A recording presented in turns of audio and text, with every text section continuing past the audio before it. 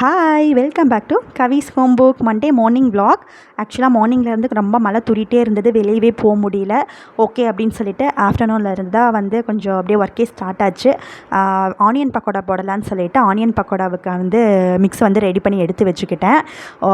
வாழைக்காய் இருந்தது, சரி வாழைக்காய் நாளைக்கு வந்து ஏதாவது ஒன்று பண்ணிப்போம் அப்படின்ட்டு ஆனியன் பக்கோடா எடுத்து வச்சுட்டு அதுக்கப்புறம் வந்து பார்த்திங்கன்னா டீ போடுறதுக்கு பாலையும் காய்ச்சிட்டு அதிரசம் ப்ரீமிக்ஸ் இருந்துச்சு. சரி ஓகே அதை தட்டி போட்டுருவோம் அப்படின்ட்டு அந்த அதிரசம் ப்ரீமிக்ஸ் ஆல்ரெடி எடுத்து கீழே நல்லா தட்டி உருட்டி இந்த மாதிரி தட்டி கையிலேயே தட்டி ரவுண்டுனால் ரவுண்டு இல்லை அப்படியே சும்மா தட்டி கூட நம்ம போட்டுக்கலாம். சரி ஓகேன்னு சொல்லிட்டு அதையும் போட்டுட்டேன்.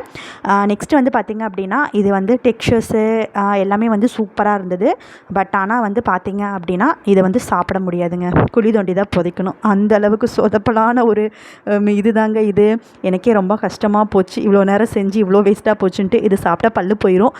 சரி ஓகே, இதுக்கு மேலே இது வந்து நம்ம எதுவும் ட்ரை பண்ண வேணான்ட்டு ஒதுக்குப்புறமாக ஒதுக்கி வச்சுட்டேங்க நான். சரி ஓகே, இதெல்லாம் வேலையெல்லாம் முடிச்சுட்டு அதை வந்து குழி தோண்டி புதைச்சிருவோன்ட்டு ரொம்ப மனசே கஷ்டமாக போச்சு. வீட்டில் இருக்கவங்களாம் கலாய்ச்சி தள்ளி சிரித்து வயிறே வலிக்க ஆரம்பிச்சிருச்சுங்க.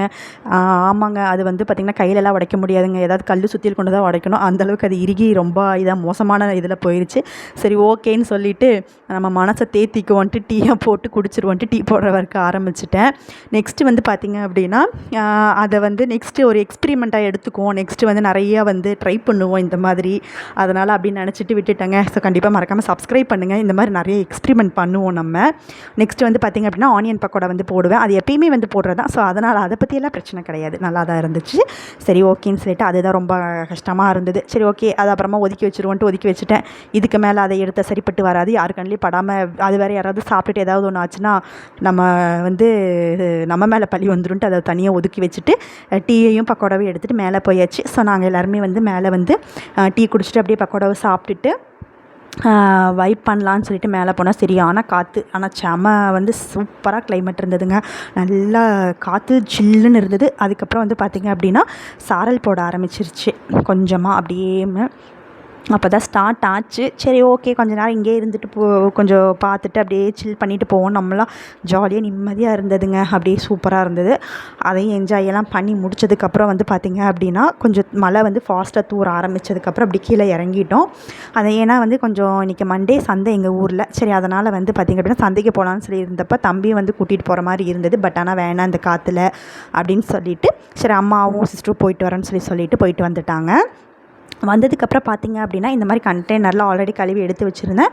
இந்த மாதிரி ஒரு டிஷ்யூ கிளாத்தை கீழே போட்டு இந்த மாதிரி வந்து கொத்தமல்லி தழை, கருவேப்பிலை, மின்ட்டு இந்த மாதிரி அதெல்லாம் எடுத்து வச்சிட்டோம் அப்படின்னா ஒரு 12 days வரைக்குமே தாங்கும் இந்த மெத்தடில் வச்சேன்னா.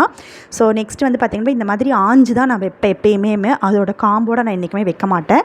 ஸோ அதில் சம்திங் மண் இருக்கும். ஸோ அதனால் வந்து பார்த்திங்க அப்படின்னா அப்படியே வச்சோன்னா அழுகிரும். இப்படி எடுத்து வந்து வைக்கிறப்போ வந்து பார்த்திங்க அப்படின்னா நம்ம சமையல் செய்கிறப்பவும் ஈஸியாக 2 எடுத்து போட்டுடலாம். இல்லைனா அப்போ உட்காந்து ஆஞ்சிட்ருக்கிற மாதிரி இருக்கும். சரி ஓகேன்னு சொல்லிட்டு இந்த ஒர்க் எல்லாமே வந்து கம்ப்ளீட் பண்ணிட்டேன். இதில் வந்து பார்த்திங்கன்னா மேலேயும் ஒரு டிஷ்யூ கவர் வந்து போட்டுருவேன். பிகாஸ் அப்போ தான் அதில் இருக்கிற வந்து வாட்டர் எல்லாமே வந்து அதை அப்சர்வ் பண்ணிக்கும், கொஞ்சம் ஃப்ரெஷ்ஷாகவே இருக்கும். ஒரு 12 days வரைக்குமே நல்லாவே தாங்கும். ஸோ இந்த மாதிரி 3 கண்டெய்னருமே பெரிய கண்டெய்னர் வந்து ஐ திங்க் அமேசானில் வாங்கினேன்னு நினைக்கிறேன். இந்த டிஷ்யூ பேப்பர் வந்து பார்த்திங்கன்னா லோக்கல் ஷாப்பில் தான் நான் வாங்கியிருந்தேன். இது வாங்கி ரொம்ப நாள் ஆச்சுங்க. அதுக்கப்புறம் இந்த கண்டெய்னர்ஸ் எல்லாத்தையுமே எடுத்து ஃப்ரிட்ஜ்லேயும் வச்சுட்டேன். நெக்ஸ்ட்டு வந்து பார்த்திங்க அப்படின்னா இந்த மாதிரி வந்து கண்டெய்னர்ஸில் போடுறப்ப அடியில் டிஷ்யூ போட்டாலுமே வந்து உங்களுக்கு வந்து வாட்டர் வந்து நல்லாவே வந்து உங்களுக்கு அப்சர்வன் ஆகும். ஸோ அந்த ஈரத்தன்மை வந்து இருக்காது, ரொம்ப நாளை வரைக்குமே தாங்கும்.